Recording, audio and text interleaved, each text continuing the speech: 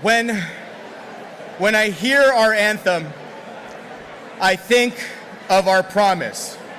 A promise now in the balance in an election fiercely contested and narrowly decided. Amid the gathering shadows at home and abroad, we remember our nation's promise. We will be the light. We choose freedom over fear. We will never give in. We will never back down. We will never surrender to the forces that would break us. And we are led by a great conservative powerhouse, forged of iron will, of unbreakable bonds, and of an undeniable love of our great country. So let me turn now to one great conservative in particular. First elected in 2019, his service, exemplified with the sacrifice of his family, especially his brilliant wife Danielle, is one of courage, of decency, and of integrity.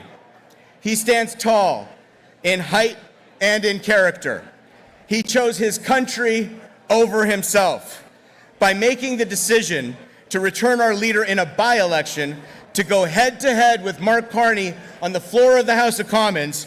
He has assured us that in the company of our great conservative family, he'll never have to buy a beer for himself again. Friends, the former member of Parliament for Battle River Crowfoot and his wife, a warm welcome to Damien and Danielle Carrick.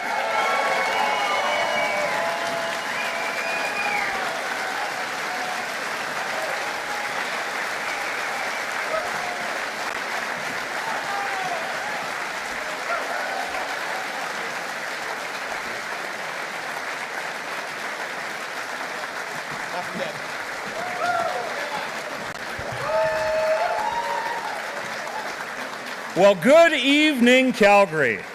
It is great to be with you here in Cowtown during Calgary Stampede.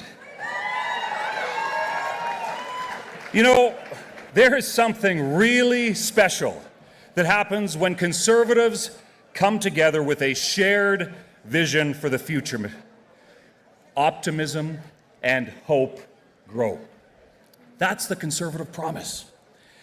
And right now, looking at this beautiful group of patriotic Canadians, and I understand there's more outside and more in the tent next door, I can tell you, folks, Danielle and I are filled with hope for the future of our country.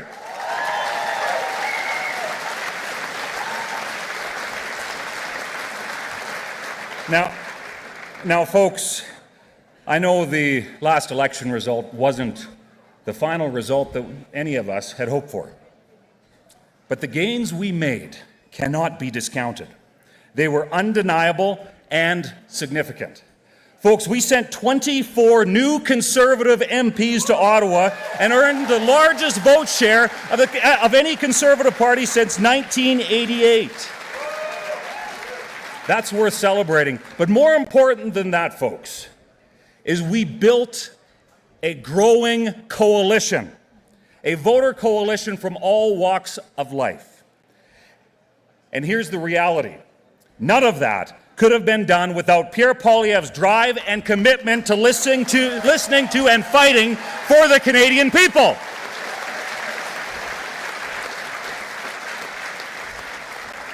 It was this ear-to-the-ground approach that drove his policy development. And as a former member of caucus, the most common thing that I would hear Pierre ask is, what are the people saying? What are the people saying at the doors, in the coffee shops across this country?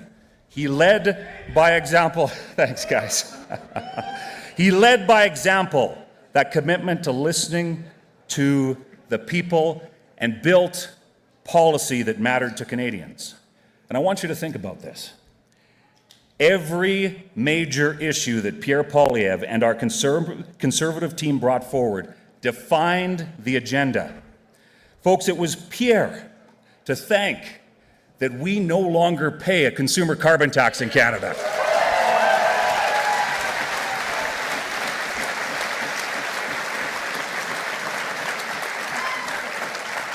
Think about every other major issue. Immigration, the chaos and abuse, it was Pierre that brought it to the forefront. He exposed the soft on crime agenda. He brought inflation to the forefront before it was even a major issue. He led the conversation on that. And folks, Pierre Poilievre didn't become Canada First because the polls said he should be Canada First. He's been Canada First because that's the foundation of what Conservatives believe.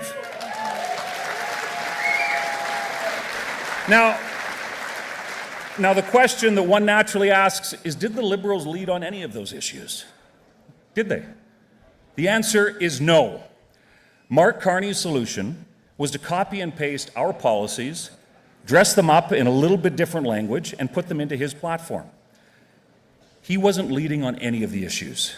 It was Pierre that was. And it's clear that Carney doesn't even believe in these policies. They don't fit the Liberal Party's radical leftist belief system. And we see it front and center with their nonsensical gas-powered vehicles ban. Can you believe that? They want to ban you from driving a gas-powered vehicle. Boo is right. In oil country, we can maybe use a few more pipelines, eh?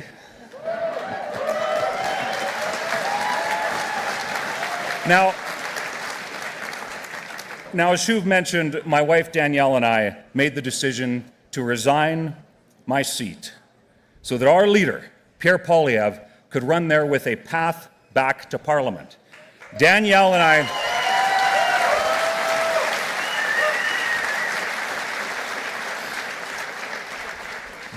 I knew that we needed Pierre back in the House of Commons, and we saw the opportunity to lead by example to make sure that happened as quickly as possible. And folks, I can tell you confidently today, more confident now than ever before, that Pierre is the man of principle, character, and is the hardest working MP that I have ever met. And folks, he needs to be in Parliament, and he is the right guy to be the next Prime Minister of Canada.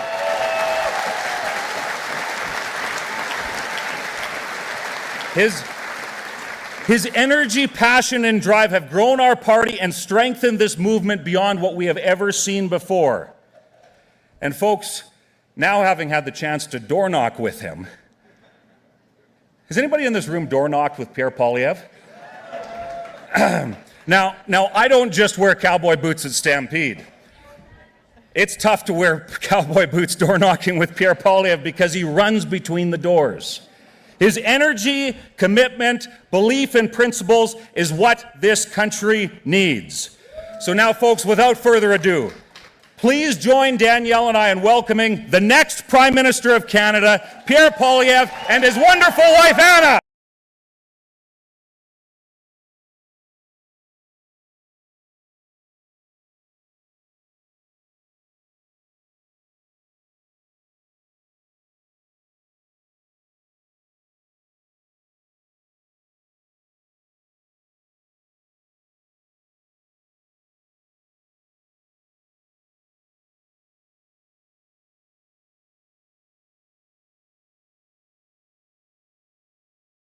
Thank you, Calgary. It's great to be home.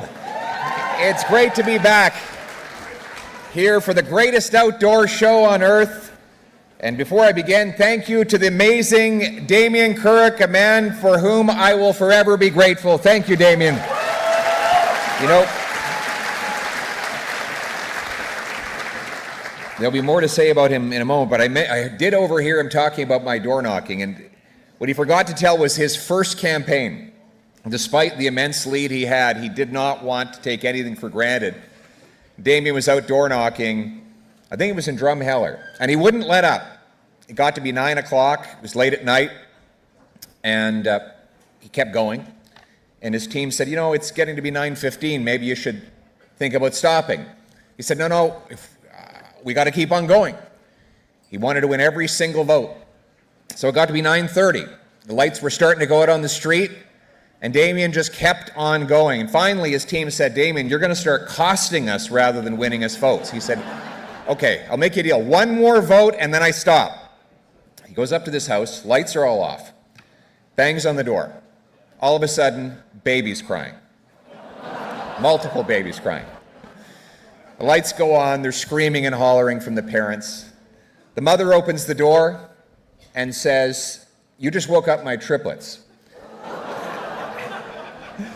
And my husband, she says, who is an Olympic weightlifter, is going to be coming down to have a word with you. And he said, that won't be necessary, just tell him that the Liberal candidate came by to say hello.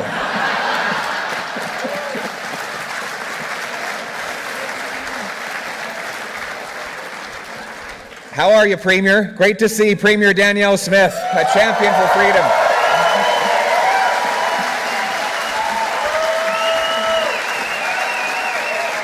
Wow. They love you, Danielle, and I know that you're a very hospitable person at Stampede time, even for Liberals. We have to be hospitable. And so let me start in a spirit of nonpartisanship as a Calgarian to welcome Prime Minister Mark Carney to his very first Stampede in this role. And he had, of course, to do the customary thing and flip some pancakes. Now, he thought he would be great at it because in his trade talks with Trump, he's had so much experience flip-flopping.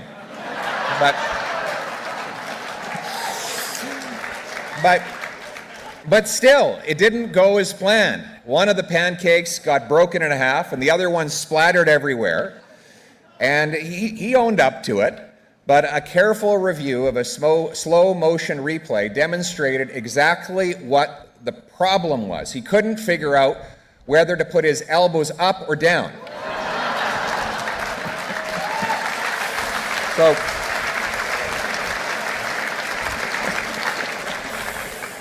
But it is great to be home here. I used to come here to Heritage Park when I was in school. They'd bring us here, our parents would dress us up like it was 1905. And we go into the little schoolhouse, I think it's still over there, and they even had the little strap. They didn't hit us very hard, but I got a little bit of a mark on my palm for talking too much during the class. And this is the place that taught me my values, the values of hard work, freedom, family, values that my wife Anna, who I'm very honored to have with me here, shares, the values with which we're raising our kids.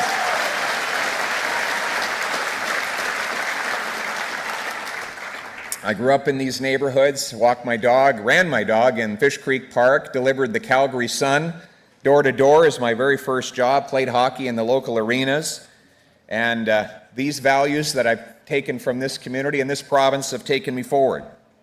And of course, these are the values of all Albertans, the values that Damien Couric has demonstrated in putting his country first. And I'm very excited. Yes, give him one more round of applause.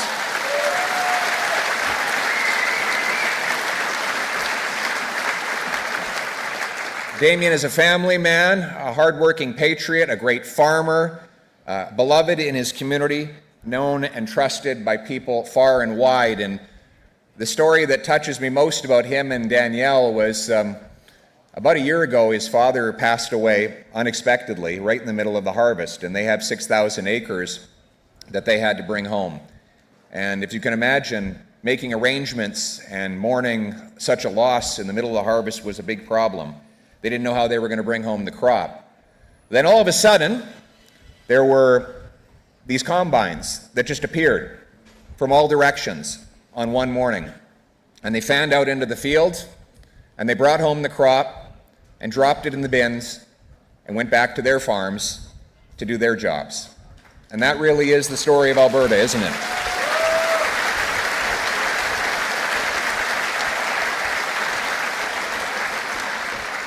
It was a harvest in more than one way. It was a harvest of the crop that had been planted, but also a harvest of all the friendships that had been built over so many years. But the Alberta Way didn't require a government program or a grant or an application to come to the rescue in a time of difficulty, because that's not how Albertans work. They get up, they get it done, they do what's right, they help a neighbor, and when they're done, they don't expect any thank you. They go back to doing their business and caring for their families. That's what it means to be an Albertan.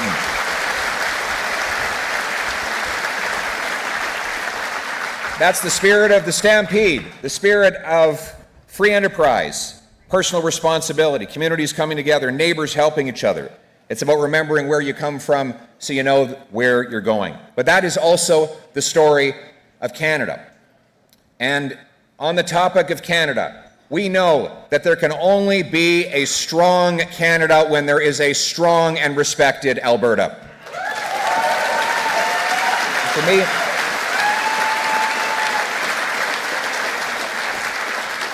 For me, that's personal. I was born in '79, and of course, only a few years later, Pierre Elliott Trudeau would attack our province with the National Energy Program. Not to mention, there's still a few that remember that. Many probably still paying the bill from it. At the same time, he hammered the entire country with money printing deficits that gave us the worst inflation and interest rates in our history. Our family actually lost our home, and we had to scrimp and save and get help from extended family in order to get our little place in Shaughnessy, which my mother still lives in. I think my mother is here today somewhere. There she is. And when I got a little older and I started to understand politics and realize what had happened and why we had gone through so much hardship in my early childhood, that's one of the things that got me into politics, to join with fellow Westerners to stand up for our province, for fairness within a united Canada, to stand with the great leaders like Preston Manning, Stockwell Day, Stephen Harper, Ralph Klein, and to carry on the tradition that they started. And we'll do it again, and we will do it again. What's that? Peter Lougheed, another one. Yep, he was a little early for me, but yes, absolutely, Peter Lougheed. And you look too young to have known Peter Lougheed, but that is the tradition that Danielle carries on today. And let me tell you, we are going to fight for our province again. We'll fight for oil and gas, for farmers, for low taxes, for decentralization, a stronger military, and a smaller federal government so that we can have a bigger Alberta.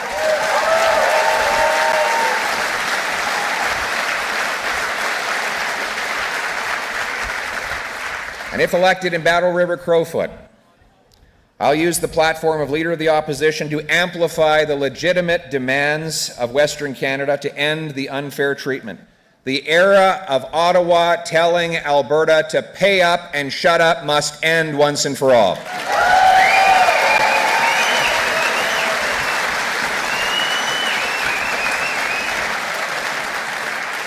But the answer is alliances. We need to build alliances with other provinces that share our destiny and our interests. Let's build an alliance with British Columbians who want to ship liquefied natural gas off of our Pacific coast to Asia and bring home hundreds of billions of dollars in paychecks doing it. Let's build alliances.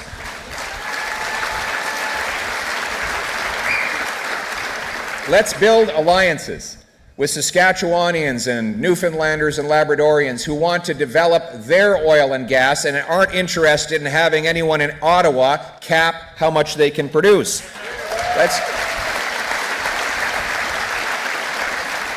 Let's build alliances with Manitobans who want to ship oil out of the port of Churchill. Let's build alliances, yes, let's build alliances with Quebec and other provinces that want to decentralize our country and get Ottawa out of our business so that provinces and people can make their own decisions.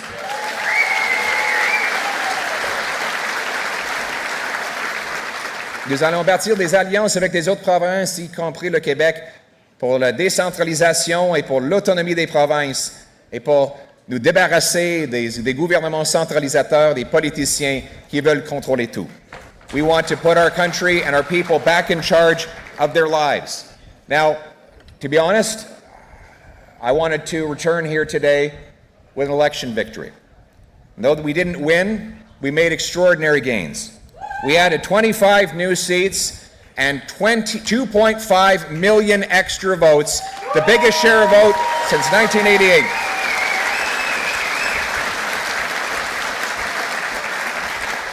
We added union members, young people, new Canadians, and countless others to our bigger and broader coalition. We earned the support of these people by talking about the things that matters. My friends, we won every single major debate of our time on inflation, on housing, on natural resources, crime, drugs, and yes, the carbon tax. Conservatives led the debate and Conservatives won the debate, and we know that people would still be paying the carbon tax today had we not put in that fight.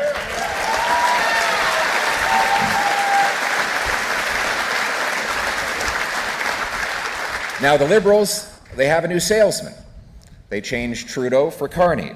And he has a new, it's a new look, new talking points, some of which he's plagiarized from yours truly. And he's now claiming to support things that he's long opposed. Beyond that, he's trying to flip-flop on the issues that we know he really believes in. But at his core, he believes in the same top-down government knows best approach. Carney's first ever spending bill boosted the cost of government by 8% in just 1 year. That's twice the combined rate of inflation and population growth. And I note that that is on the baseline of the biggest, fattest, most morbidly obese government we've ever had.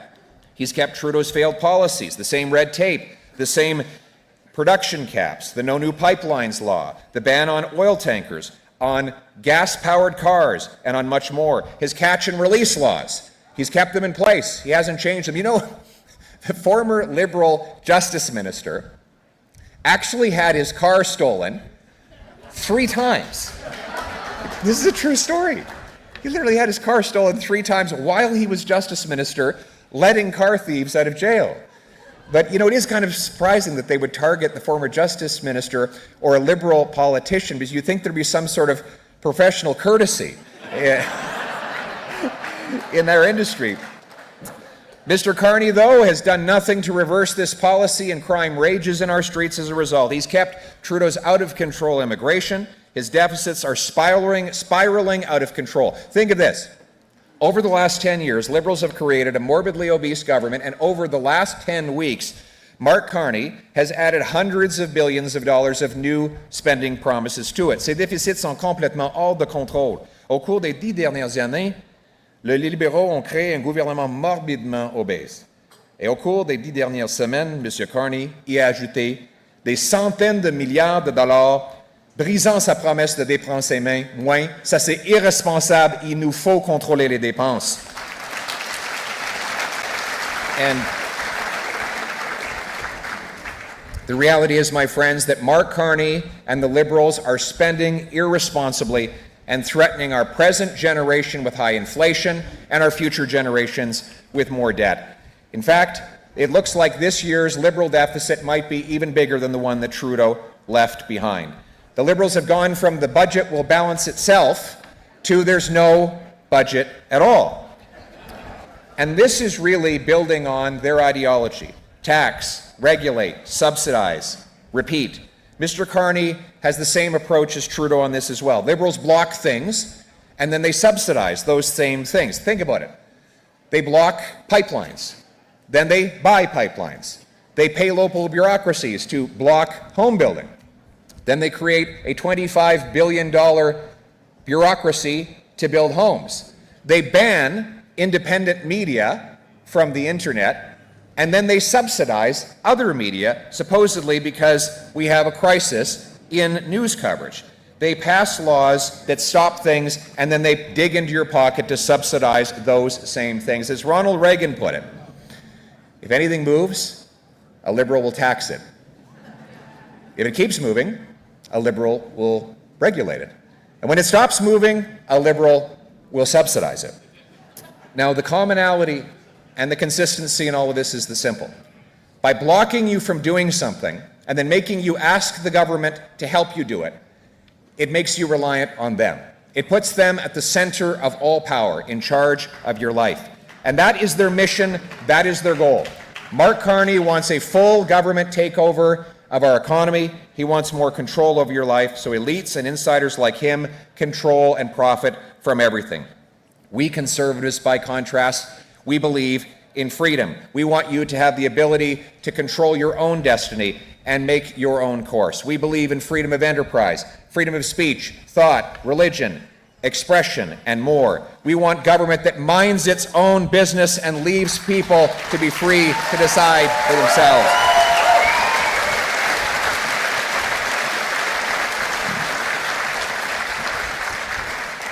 Let workers work, let builders build, let farmers farm, let investors invest, and let parents parent.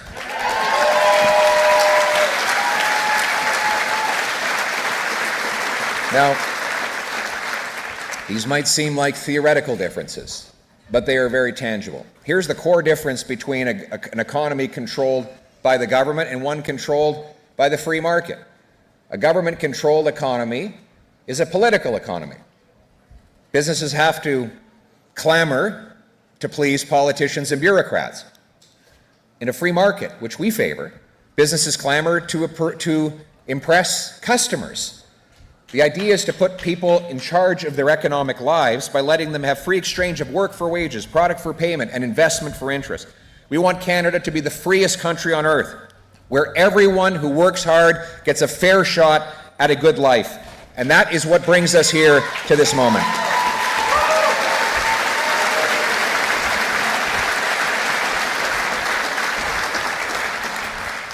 That's what brings us to the moment and the job that Canadians have given us. In the short run, our job is to be a strong opposition. In the long run, a principled government in waiting.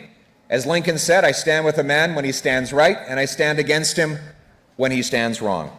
We will, for example, offer any help we can to get a fair deal for Canada with our American friends.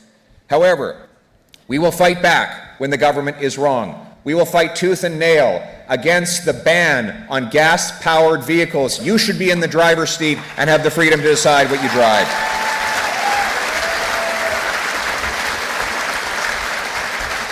We will continue to oppose the industrial carbon tax, C-69, C-48, the cap on our energy production, the plastics ban. We're going to unleash our energy and our production and make Alberta and Canada the richest place on planet Earth.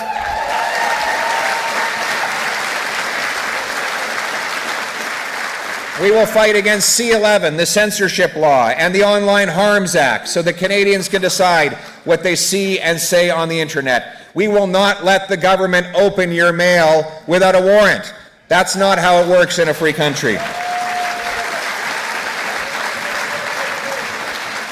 We will fight for an end to the catch and release bail laws, which have unleashed chaos on our streets, and we will stand unapologetically with licensed, law-abiding, trained and tested firearms owners, our hunters and our sport shooters.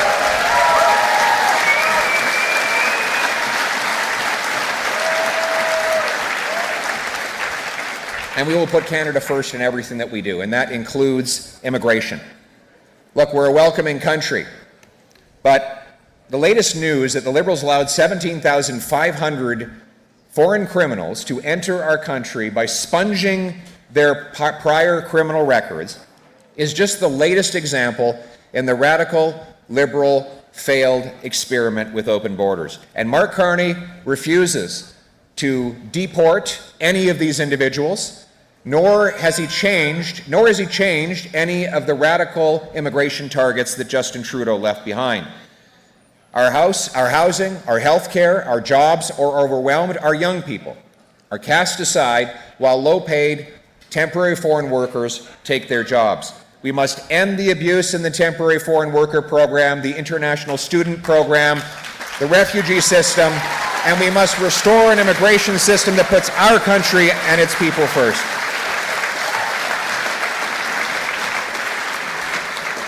We reject the radical Century Initiative, which Liberals have endorsed, saying that they want to bring our population to 100 million people over this century. Look, we don't blame people for wanting to come here. Almost all of us trace our lineage back to immigrants, other than our First Peoples. But that immigration must be controlled. It must be in numbers that we can absorb. It must be the right people at the right pace that will allow us to succeed as Canadians and integrate and be one united country.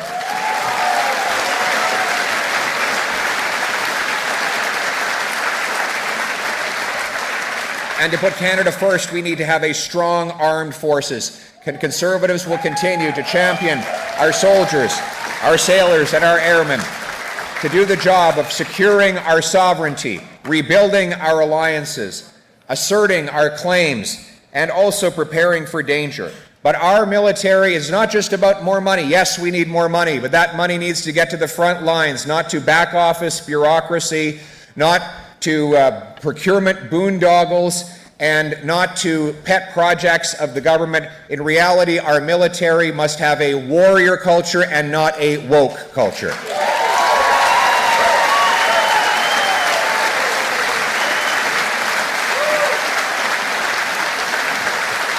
Thank you.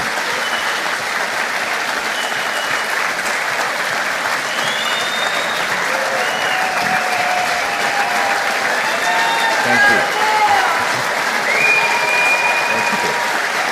Thank you.